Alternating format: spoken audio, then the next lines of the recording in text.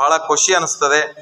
ಈ ರೀತಿ ನಮ್ಮ ಸರ್ಕಾರಿ ಶಾಲೆ ಒಳಗ ಒಂದು ಪೂಜ್ಯರು ಬರುವುದಂದ್ರೆ ಇಲ್ಲೆಲ್ಲ ಬಡ ಮಕ್ಕಳಿದ್ದಾರೆ.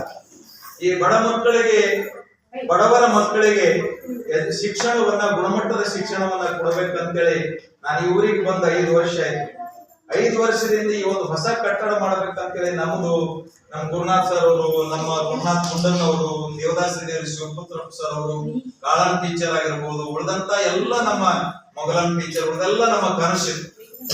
ಇದೊಂದು ಹೊಸ ಕಟ್ಟಡ ಆಗ್ಬೇಕು ಅಂತ ಪ್ರಯತ್ನ ಮಾಡಿ ಕೊನೆಗೆ ಅನೇಕ ಆತಂಕಗಳು ಎಲ್ಲವೂ ಬಂದರೂ ಸಹಿತ ಅವನ್ನ ನಿವಾರಣೆ ಮಾಡಿ ಹೊಸ ಕಟ್ಟಡದೊಳಗೆ ನಾವು ನೋಡ್ತೀವಿ ಇಲ್ಲ ಅಂತ ನಮಗ ಇದೆ. ಸರ್ಕಾರದ ಅನುದಾನದಲ್ಲಿ ಕಾಂಟ್ರಾಕ್ಟ್ಗಳು ಇಲ್ಲ, ಕಟ್ಟಡ ಈಗೇನಾದ್ರೂ ಒಂದಿಷ್ಟು ಆತಂಕಗಳು ಬರ್ತಿರ್ತಾವೆ. ಆದರೂ ನಮ್ಮ ಸಚಿವರು ಮನಸ್ಸು ಮಾಡಿ ಇದಕ್ಕೊಂದು ರೀತಿಯಾಗಿ ಒಂದು ಹಂತಕ್ಕೆ ತಂದು ನಮಗೆ ಲೋಕಾರ್ಪಣೆ ಮಾಡಿ ನಮ್ಮ ಮಕ್ಕಳ ವಿದ್ಯಾಭ್ಯಾಸಕ್ಕೆ ಅನುಕೂಲ ಮಾಡಿಕೊಟ್ಟಂತ ಸಚಿವರಿಗೆ ನಾನು ಕೃತಜ್ಞತೆಗಳನ್ನ ಸಲ್ಲಿಸ್ತೀನಿ.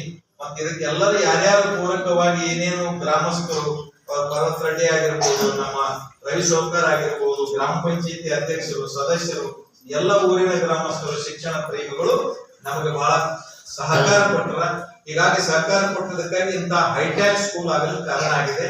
ಬಹುಶಃ ಬಹಳ ಜನ ನೋಡ್ಯಾರ, ಭಾರತ್ ಮಾತಾ ಕೀ. ನಮ್ಮ ಶಾಲೆಗೆ ಅನೇಕ ಜನ ಬಂದು ಹೇಳ್ಯಾರ, ನೋಡ್ಯಾರ ಇದು ಯೂನಿವರ್ಸಿಟಿನ ಏನು ಕಾಲೇಜ್ ಅಂತ ಕೇಳ್ಯಾರ. ನೋಡ್ರಿ, ಇಂತ ಅವಕಾಶ ನಮ್ಮ ಮಕ್ಕಳಿಗೆ ಸಿಗ್ತದೆ. ಎಲ್ಲ ಸ್ಟ್ಯಾಂಡರ್ಡ್, ಈ ಪಾಠ ಮಾಡೋದು, ಸ್ಟೇಜ್ ಆಗಿರ್ಬೋದು ಮತ್ತು ಶೌಚಾಲಯ ಆಗಿರ್ಬೋದು, ಇವೆಲ್ಲವೂ ನಮಗೆ ಅವಕಾಶ ಕೊಟ್ಟರೆ ಇದನ್ನ ಸದ್ಬಳಕೆ ಮಾಡ್ಕೊಂಡು ನೀವು ಎಸಿನೋ, ತಹಶೀಲ್ದಾರ, DC ಆಗಿ ಮತ್ತೆ ಕೋಟಾಕ ಬರಬೇಕು. ಮತ್ತೆ ಅಪ್ಪೋರ ಆಶೀರ್ವಾದ ನಿಮ್ ಮ್ಯಾಲ ಇರಬೇಕು.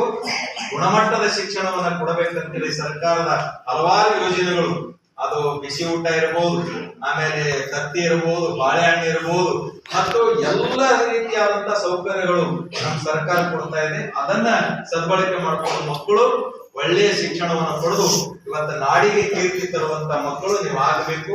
ಇಲ್ಲಿ ಒಂದು ಐತಿಹಾಸಿಕ ದೇವಾಲಯ